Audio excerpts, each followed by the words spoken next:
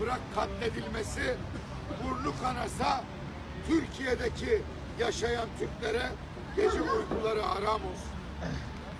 Biz bu anlayışla, millet sevgimizle bu işin sonuna kadar arkasında duracağız.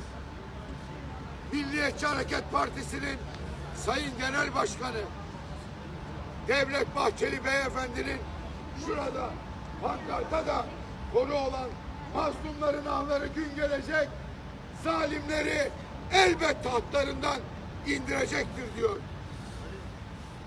Sözünün arkasında olan bir genel başkanın sözünün arkasında olan mensuplarıyız. Cenab-ı Allah değil Türk coğrafyasında, dünya coğrafyasında yaşayan hiçbir kuluna zeval göstermesin. Amin. Allah Çin'in yaptığı işgali onların başına yıksın. Amin. Dolayısıyla Türk'üz ve Türkçüyüz. Ne mutlu Türk'üm diyene diyorum ve hepinize ayrı ayrı teşekkürlerimi sunuyorum.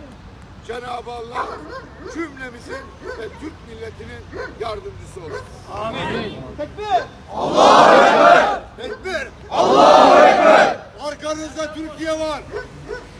Korkmayın, Türk varız, biz varız. Allah'a emanet olun. Allah bizimledir. Allah inananlarla